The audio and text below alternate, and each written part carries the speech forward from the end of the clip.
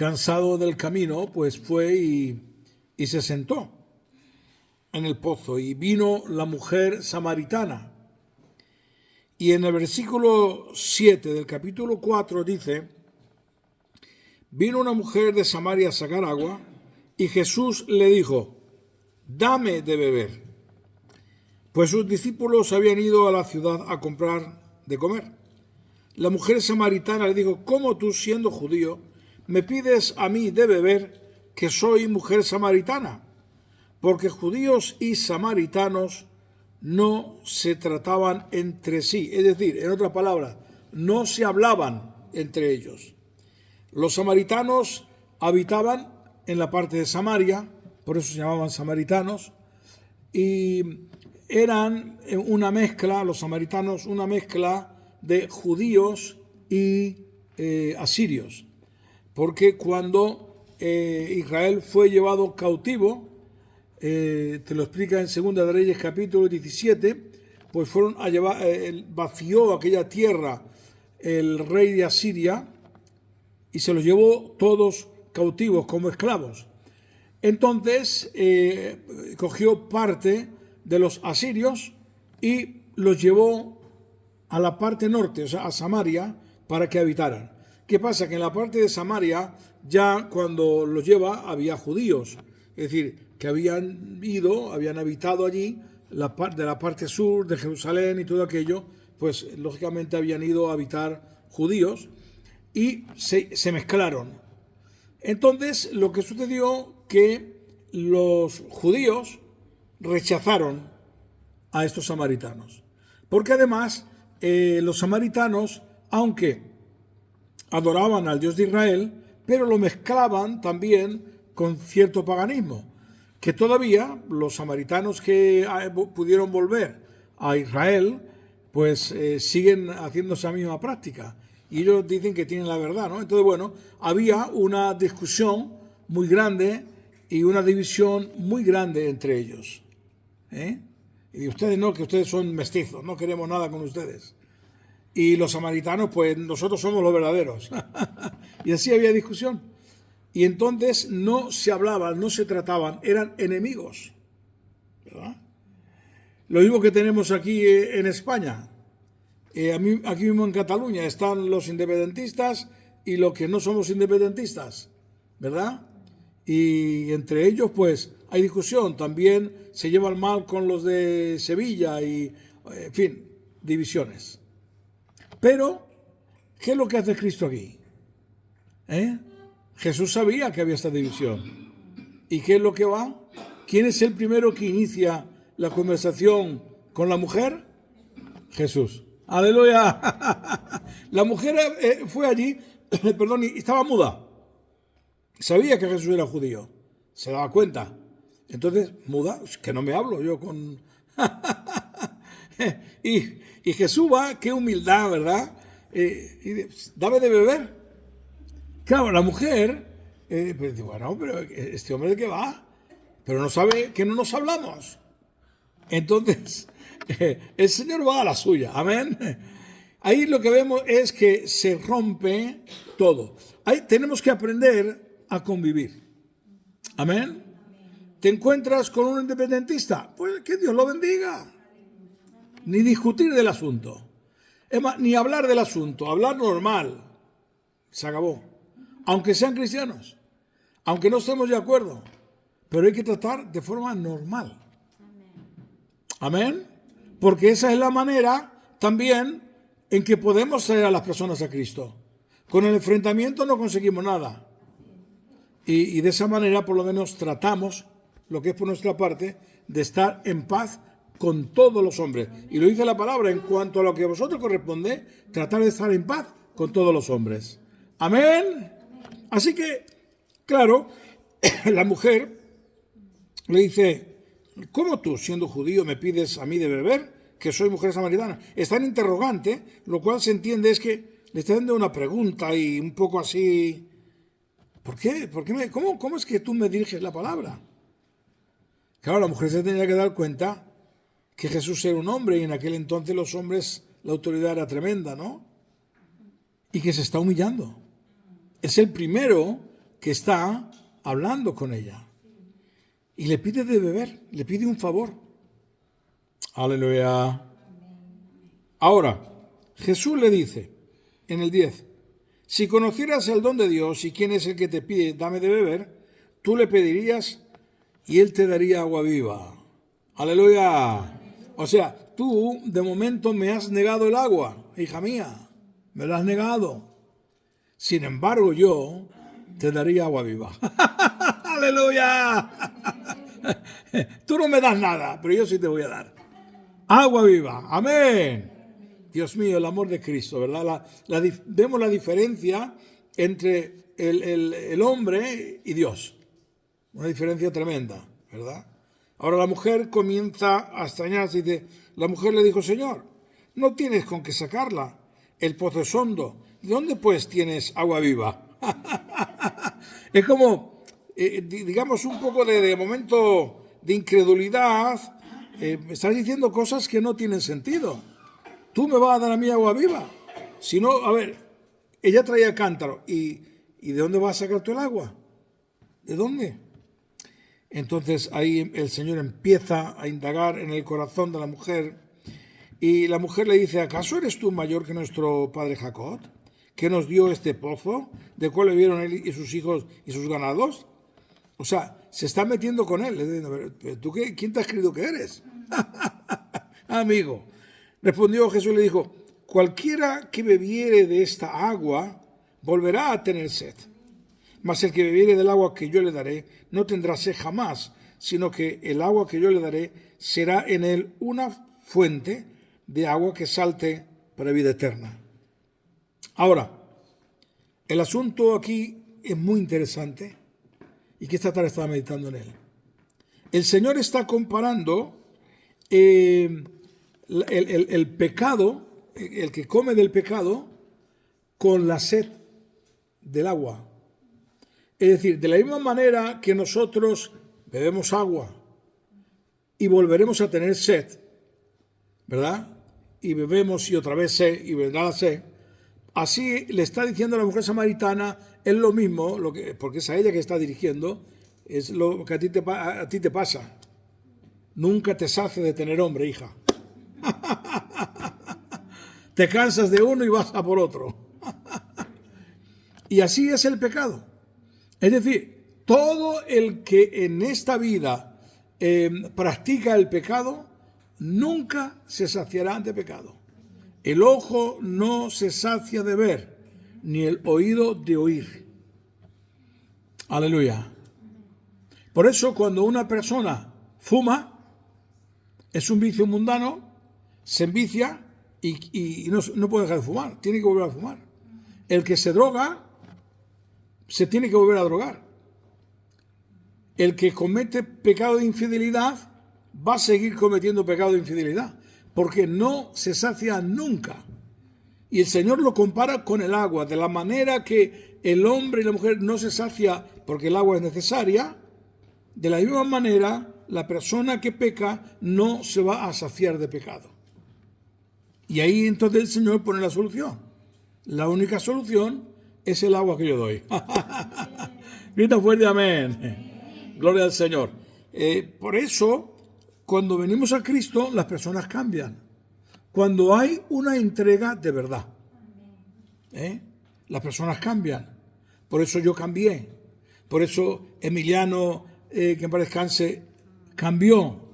Por eso todos los que estamos aquí hemos cambiado. Porque hemos bebido del agua de la vida. Y en cuanto a las cosas del mundo, pues no nos atraen. A mí no me atrae.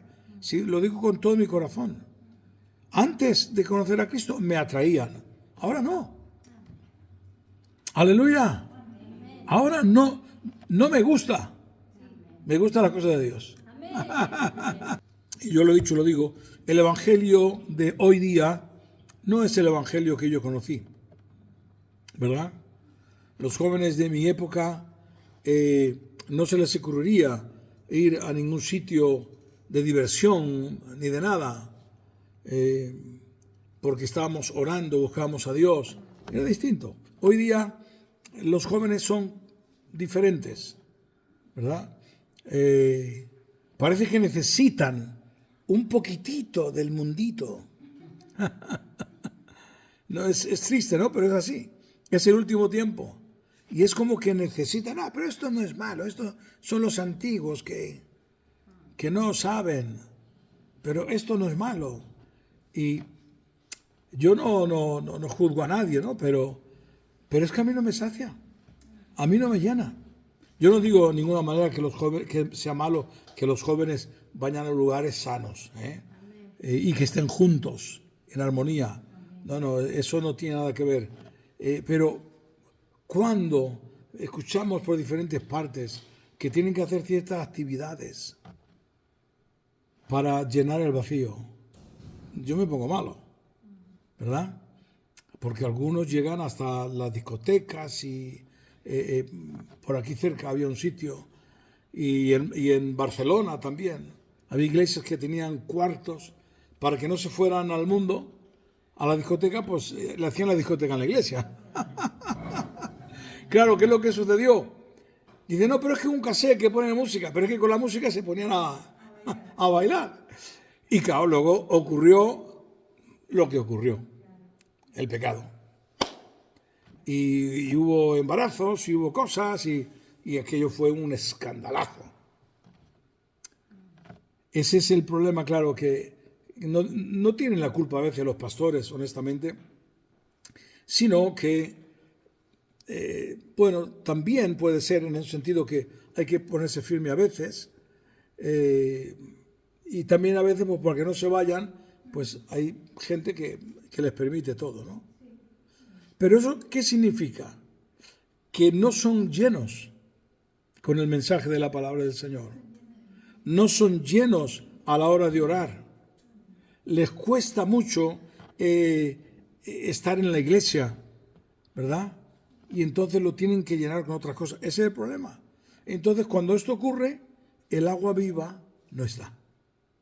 Y cuando el agua viva de Dios no está en nosotros, entonces el hombre no está completo.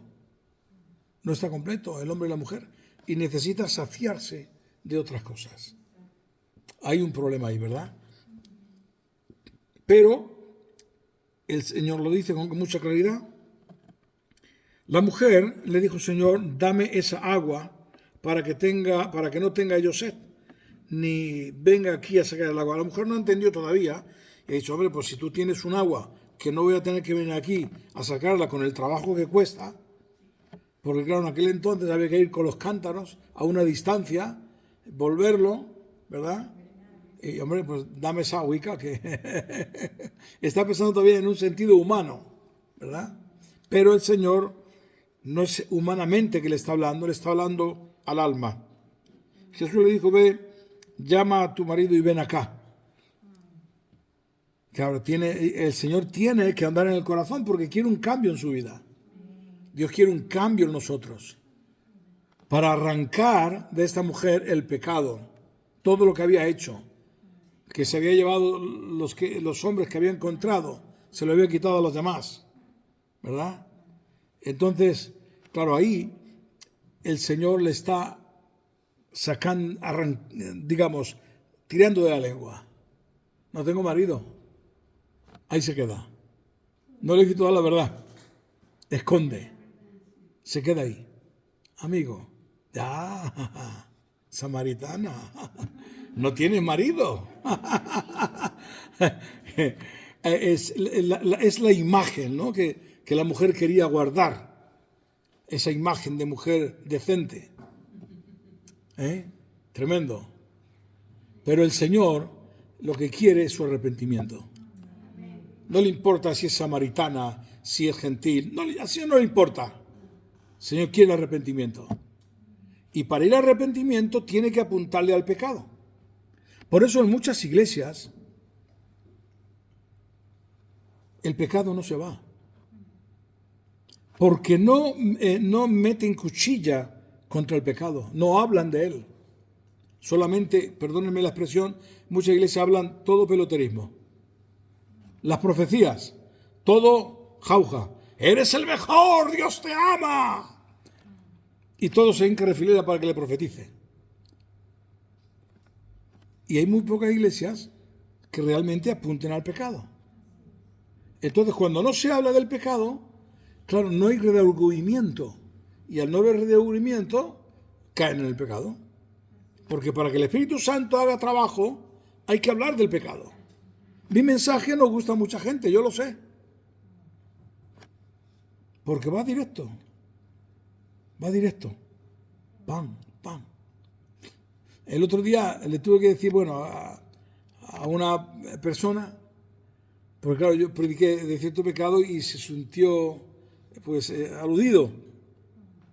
Y entonces le dije, mira, escucha, yo no he hablado por ti, yo qué sé, lo que... pero claro, también tienes que entender que aunque yo sepa el pecado, no puedo dejar, porque si yo miro a toda la iglesia, este cogía de la pata izquierda, el otro de la derecha, el otro de la cabeza, entonces no predico de nada. Y me dijo, lo entiendo, pastor, lo entiendo. ¿Verdad? No es así, ¿eh? Es que si no, no predicas de nada, porque todos tenemos un problema, algo. Entonces yo tengo que decir, Padre, y pam, pam, pam, pam. Y toca a quien toque. Hoy le toca a uno, mañana le toca a otro, ¿verdad? Pero hay que hablar la realidad. Amén. Así que el Señor apunta directamente. Y cuando esa predicación, esa palabra, produce dos efectos. O produce arrepentimiento y cambio al que la afecta, o produce rebeldía. Eso yo lo he visto a todo lo largo de mi ministerio. Produce rebeldía. Porque quien no se quiere someter a la palabra, a lo que está establecido, se rebela. Pero la persona que sí quiere, se somete. Amén. Entonces llega el momento en que la mujer dice, no tengo marido, y se queda ahí quieta. El Señor no está conforme. Porque, claro, quiere que diga. Quiere que la mujer diga, o por lo menos que haya una actitud en ella. Entonces el Señor, como no responde, bien, entonces bien has dicho, no tengo marido. Hoy la mujer dirá, me he salvado. Me he salvado. No, pero cuando dice, porque, hija, 5 maridos has tenido, y el que ahora tienes no es tu marido, esto has dicho con verdad. ¡Wow! Aleluya. O sea, significaba que estaba viviendo con un hombre que no era su marido. Y los demás se le había robado a todo lo que había podido. Amigo, cuando el Señor le dice esto, ahí le entra un temor, le entra un miedo. Porque es necesario que la palabra traiga temor, para que haya arrepentimiento, para que sepan que a Dios no le pueden engañar. ¿Verdad? Yo siempre recuerdo que Dios, en su gran amor, en este pueblo gitano, ha hecho cosas tremendas, ¿verdad? Y yo recuerdo hace años que se habló aquí un testimonio muy fuerte de nuestro hermano Pelón, el profeta, que en aquel entonces Dios lo utilizaba de una manera tremenda, tremenda. Y Dios tiene tanto amor que al más vil pecador, si Dios ve que se va a arrepentir, le habla. Entonces fue un día a una iglesia aquí en Barcelona, no me acuerdo si era en San Adrián, y entonces él profetizó y vino gente nueva ahí a escuchar, gente nueva. Y fue a uno y le profetizó y le dijo, escúchame bien, ve a tu casa, coge la droga que tienes, tírala y arrepiéntete.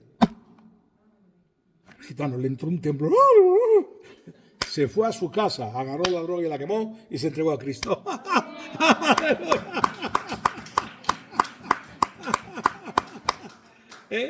¿Por qué lo hizo Dios? Porque Dios sabía que si lo hacía así, ese hombre iba a cambiar. Por eso cuando mucha gente viene y me dice, es que yo no veo milagros, pues si no ves milagros, a lo mejor es porque Dios ve que no vas a cambiar, ¿verdad? Así que cuando le dice esto a la mujer le dice, ay Señor, me parece que eres profeta. La mujer pensó, ay Dios mío, que sabe todo de mí, qué vergüenza. Pero la mujer mostró enseguida una actitud de arrepentimiento. Eso es lo que Dios quiere. Por eso Jesús dijo a los judíos: las prostitutas y los publicanos van delante de vosotros al reino de Dios, porque ellos se arrepintieron de su pecado. ¡Aleluya! ¡Qué bueno es Dios! Así que el pecado ya no es un problema para Dios, porque Cristo pagó por ello. El problema es cuando no me quiero arrepentir. La mujer fue tan tocada, dejó el cántaro allí, que valía dinero en aquel entonces un cántaro, y se fue corriendo a la ciudad. Léelo en la casa si quiere, capítulo 4 de Juan. Se fue corriendo a la ciudad y fue gritando y diciendo: he encontrado un hombre que me ha dicho todo lo que era. Ay, Dios mío, hay que arrepentir. Ya lo está declarando todo el mundo que yo era una mujer mala y me ha dicho todo lo que era. ¿No será este el Mesías? Padre Santo de la Gloria.